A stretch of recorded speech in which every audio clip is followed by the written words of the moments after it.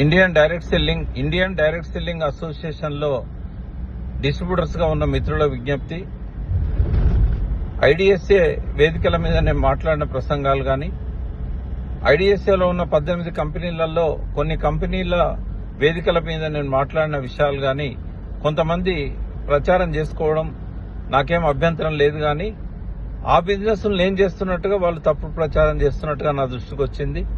నేను ఐడిఎస్ఏలో ఉన్న ప్రతి కంపెనీని ఎంకరేజ్ చేస్తాను, కానీ వ్యక్తిగతంగా నాకు మోడీ కేర్తో మాత్రమే సంబంధం ఉంది. నేను ఇతర ఏ బిజినెస్ చేయట్లేదు, మోడీ కేర్ తప్ప.